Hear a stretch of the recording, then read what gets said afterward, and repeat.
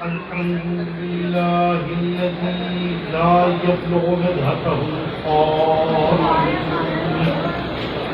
ولا يعصي نعمائه العارفون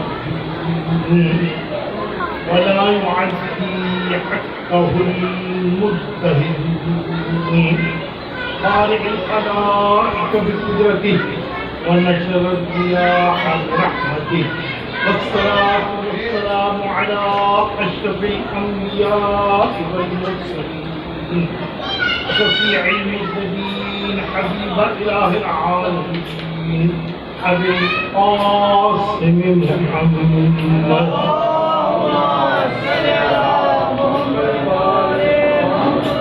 والصلاة والسلام على أخيه ووزيره ومشيره وابن عمه ووارث علمه علم الأولين والآخرين غالب على كل غالب إمام المشارق والمغارب علي بن أبي طالب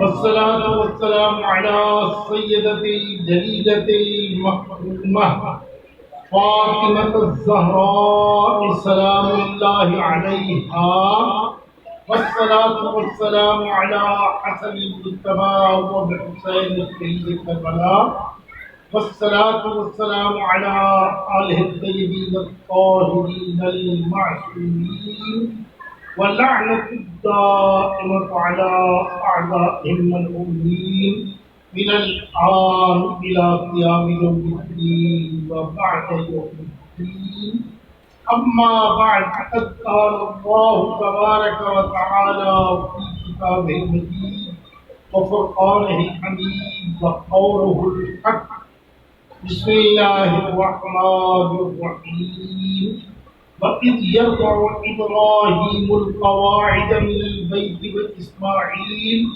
ربنا تقبل منا إنك أنت السميع العليم صلوات الله صل على محمد وآل محمد. حضرت محفل آپ کے سامنے قرآن مجید کی آیا مجید اور تلاوت کرنے کی درخواست کیا گیا. بڑی حالت آیت ہر شخص کوشش کرتا ہے کہ اس کو سمجھے لیکن ہر آدمی اس کو سمجھ نہیں سکتا الا یہ کہ وہ در آل محمد پر آئے تو پھر سمجھ آتی ہے قرآن پھر سمجھ آتی ہے کہ قرآن کیا ہے. یاد رکھو جو ایک آیت کو نہ سمجھ سکا وہ یہ کیسے کہہ سکتا ہے قرآن پر کیسے کہہ سکتا ہے قرآن کافی ہے اس لیے کہ قرآن کا سمجھنا جب تک کہ آل محمد ایک در سے نہ سمجھا جائے اس وقت تک سمجھ نہیں آتا ہے. اور میں ایک بات اکثر کہا کرتا ہوں کہ ہماری دنیا والوں کی حالت ایسی ہے کہ جناب رسالت پاک کے سامنے حضور اب حضور جناب فرما رہے ہیں ابن عباس آئے دیکھا حضور گھٹی پھینکنے لگے عرض کرتے ہیں آقا و مولا اس کو زمین پہ نہ پھینکے مجھے دے دیں جو ہے مجھے دے دیں. حضور نے منہ سے گھٹی نکالی ابن عباس نے ہاتھ کیا اس ہاتھ کو رکھی. ابن عباس نے وہ گھٹی کہ جو رسول کے لعاب دہن سے تر تھی اس گھٹی کو منہ میں لیا اور پوچھا.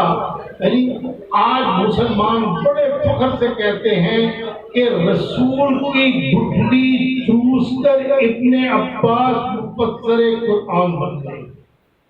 اور جو ہے رسول کی دعوے دان سے تک گھٹی چوس کر ابن عباس مفسر قرآن بن گئے. ذرا مجھے یہ تو بتاؤ، انہوں نے تو آب دہان سے تک ایک مرتبہ گٹلی چوسی تھی جو آب دہان رسول کر پڑا، وہ کیا؟ جو آب دہان رسول چوس کر پڑا ہوگا، ماں کا دودھ ہی نہیں پیا، وہ کیا ہوگا؟ اس کو مقام کیوں نہیں سمجھتے؟ یہ ہر آدمی کے بس کی بات نہیں ہے، اسی لیے میں کہتا ہوں کہ قرآن کو سمجھنا اس وقت تک مشکل ہے جب تک اہل بیت سے نہ سمجھا جائے۔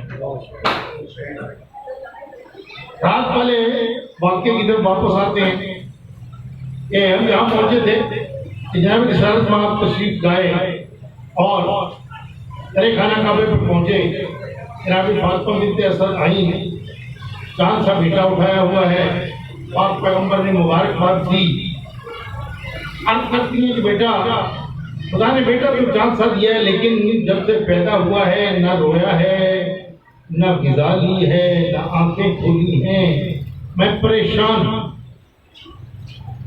اب پاک پیغمبر کے ہاتھوں میں جب علی آئے تو ایک مرتبہ پاک پیغمبر نے سوال کیا، جو ہے نا پاک پیغمبر، لیکن اگر آپ توجہ نہیں دیں گے تو میرا کوئی قصور نہیں ہوگا۔ بالکل سادہ الفاظ، سمجھاؤں گا نہیں، بالکل سادہ الفاظ پوچھا، جاری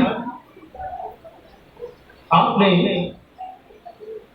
اب روئے نہیں، آپ روئے نہیں، تو عرض کرتے ہیں یا رسول اللہ، درے کعبہ بند تھا، دیوار مل چکی تھی، جو ہے نا دیوار مل چکی تھی، غار کا سب ماحول بن گیا تھا، اس لیے نہیں رویا کہ کہیں لا تحزن کی جھڑی جھڑکیاں نہ پڑ، اس لیے نہیں رویا کہ کہیں لا تحزن کی جھڑکیاں نہ پڑ جائیں۔ تو یاد رکھے کہ علی کو سمجھنا بہت مشکل ہے۔ پوچھا کیا علی غذا نہیں، ماں کو پریشان کیا، ماں کو پریشان کیا، حل کرتے ہیں یا رسول اللہ، وزیر آپ کا، مشیر آپ کا، علمدار آپ کا، وسیع آپ کا، وزیر آپ کا، اور کھانا اپنے گھر سے، اللہ اکبر اللہ اکبر۔ اور رسول سے علاج طرف کی میں نے عرض کیا تھا کہ زبان علی کے دہن میں دی اور چشمہ نکلا۔ تیسرا سوال یہ یاد یہ بتاؤ، آنکھیں نہیں کھولی، آنکھیں نہیں کھولی، کہا یا رسول اللہ خانہ کعبہ بتوں سے پر تھا۔ اور یہ بتائیں کہ جس بچے نے آنکھیں ہی نہ کھولی ہوں اسے کیسے پتا کہ خانہ کعبہ بتوں سے پر ہے؟ سوچنے کی بات ہے نہیں ہے کہ جس نے ابھی آنکھیں نہیں کھولی کیسے معلوم تھا؟ تو یہ وہ ہستی ہے جو سب کچھ جانتی تھی۔ اور اسی لیے پاک پیغمبر نے فرمایا کہ سب سے پہلے اللہ تعالیٰ نے میرے اور علی کے نور کو خلق کیا، پھر وہ نور چلتا ہوا مختلف اسباب سے، پاک و پاکیزہ اسباب سے، پاک و پاکیزہ ارحام سے، جس وقت وہ صوبہ عبد المطلب میں پہنچا تو دو حصوں میں تقسیم کی، ایک جناب ابو طالب کی اس میں آیا اور دوسرا جناب عبداللہ۔ اب ہم فرماتے ہیں کہ یا رسول اللہ خانہ کعبہ بتوں سے پر تھا، علی یہ چاہتا تھا کہ دنیا میں آنکھ کھولے تو سب سے پہلی نظر چہرہ مصطفیٰ، یہی وجہ ہے ہمارے بھائی بھی کہتے ہیں علی کرم اللہ وجہہ، یہی وجہ۔ پھر آپ یہ سوچ لیں کہ جس نے آنکھیں بتوں کے سامنے نہیں کھولی وہ بتوں کے سامنے جھکا کب ہوگا؟ وہ بتوں کے سامنے جھکا کب ہوگا؟ اب دنیا دیکھ رہی ہے، رسول لے کے جا رہے ہیں گھر لے کے گئے، اب گھر میں یہ سلسلہ چل پڑا، ہمارا دستور ہے وہ کہتا میں نام رکھوں، وہ کہتا میں نام رکھوں، میں نام رکھوں۔ اب ایک جو ہے وہ آگے چلو، وہ ماں اپنی جگہ پہ، باپ اپنی جگہ پہ، نانا دادا سب اپنی جگہ پہ، اپنا نام تبدیل ہو گیا۔ یاد ہے میں نے رات عرض کیا تھا جناب فاطمہ بنت اسد کا ایمان، اب ان لوگوں کو ایک لمحہ فکریہ بتا رہا ہوں جو جناب ابو طالب کو مسلمان نہیں سمجھتے، ان کے لیے ایک لمحہ فکریہ عرض کر رہا ہوں۔ جب کوئی کہہ رہا ہے اسد رکھو، کوئی کہتا ہے حیدر رکھو، مختلف نام، جب دیکھا کہ اب ہر ایک کا اصرار بڑھ رہا ہے، ہر ایک کا اصرار بڑھ رہا ہے اور فیصلہ نہیں ہو پایا، تو اب مسلمانوں کا وہ کافر ہے، توجہ ہے، مسلمانوں کا وہ کافر ہے جس کو یہ کافر کہتے ہیں، دوسرے کیا کیا؟ سوچنے کی بات یہ ہے، آپ سے تھوڑی سی توجہ دینا، شاہ صاحب تھوڑی سی توجہ دینا۔ آپ کا میرا جھگڑا ہے، میں آپ کے پاس چل کے آؤں؟ نہیں، آپ کا میرے ساتھ، آپ کو میرے ساتھ کوئی کام ہے آپ چل کے آئیں گے؟ ہرگز نہیں آئیں گے۔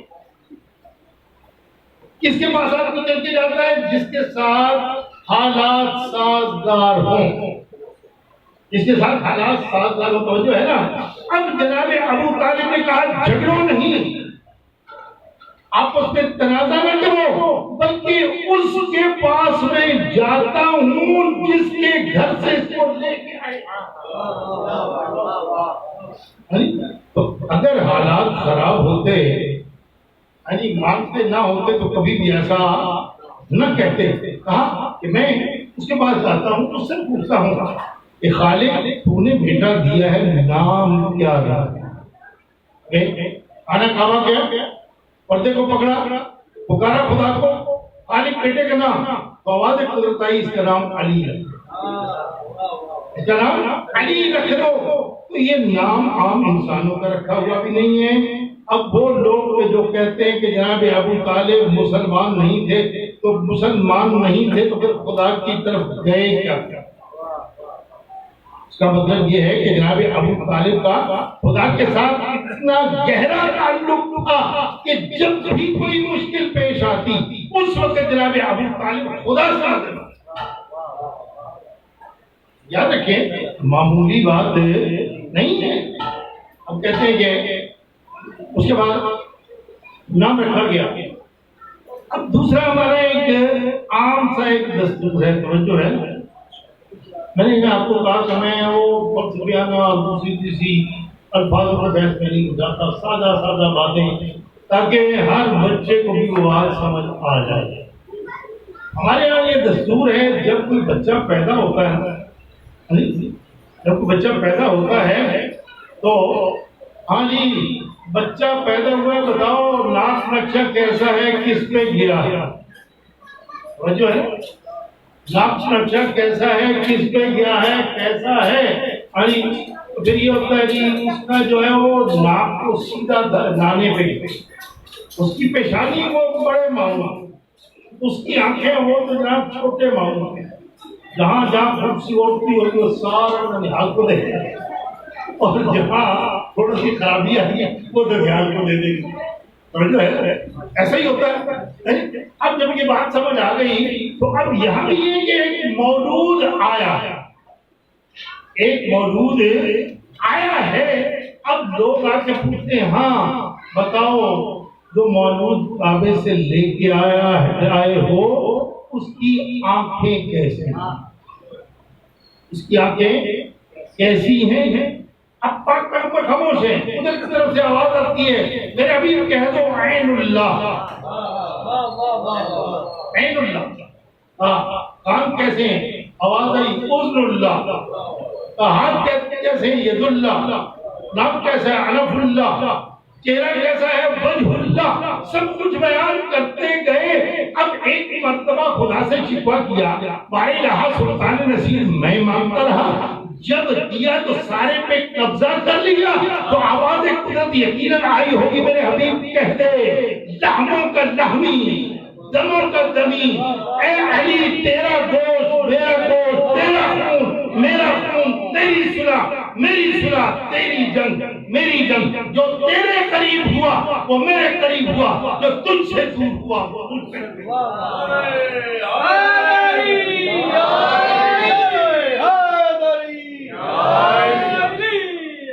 جو ہے نا تو اور رسول بھی خوش ہے کہ ہمارا بھی علی ہو گیا، خدا کا بھی ہو گیا، اور علی بہت ہی خوش ہے کہ آدھا مصطفیٰ کا ہو گیا، آدھا خدا کا، آدھا مصطفیٰ کا ہو گیا، آدھا خدا کا ہو گیا۔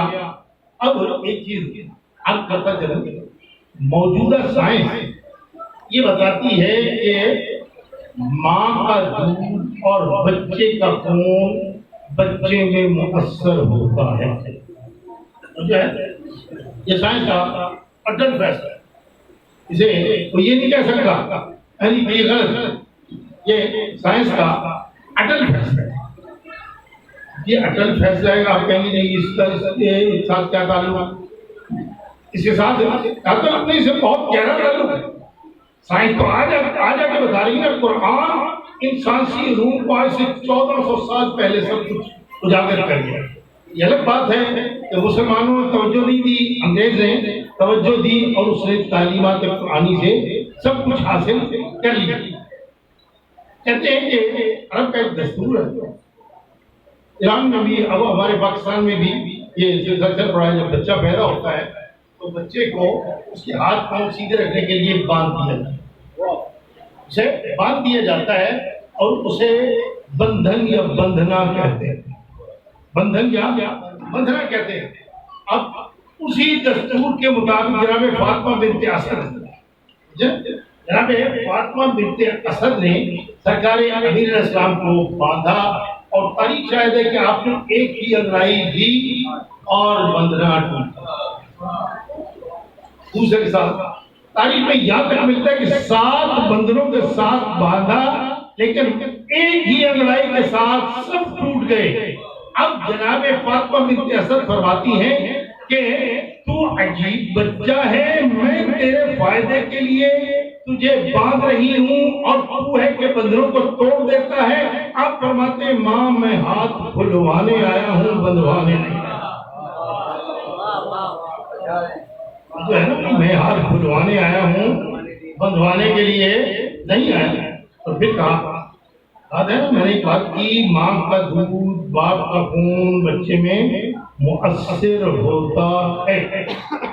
اب شادی کا ماں، اب مجھے بچہ سمجھتی، کہاں آپ میرے بیٹے ہیں، آپ میرے بچے ہیں، ہاں ماں ماں۔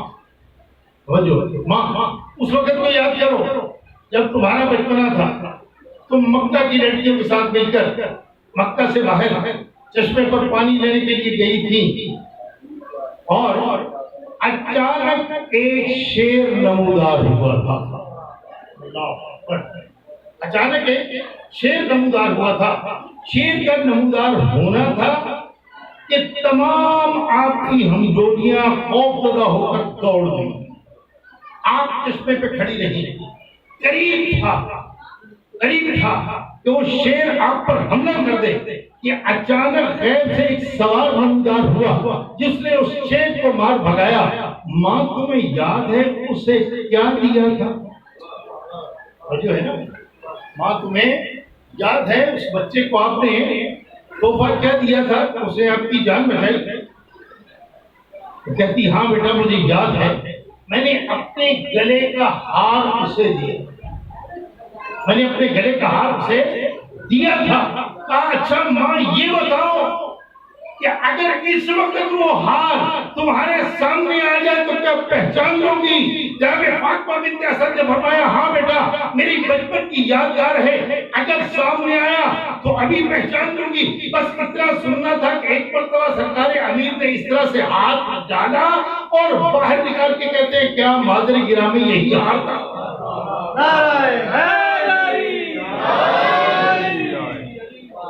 اب یہ میں کہنے میں حق میں جانب ہوں کہ جس کی ماں شیر سے ڈر کر نہ بھاگے اس کا بیٹا کبھی میدان سے بھاگ نہیں سکتا، اور جس کی ماں شیر سے ڈر کر بھاگ جائے اس کا بیٹا کبھی میدان میں ڈٹ نہیں سکتا۔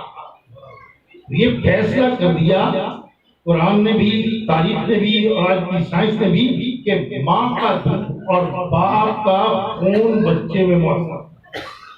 یہ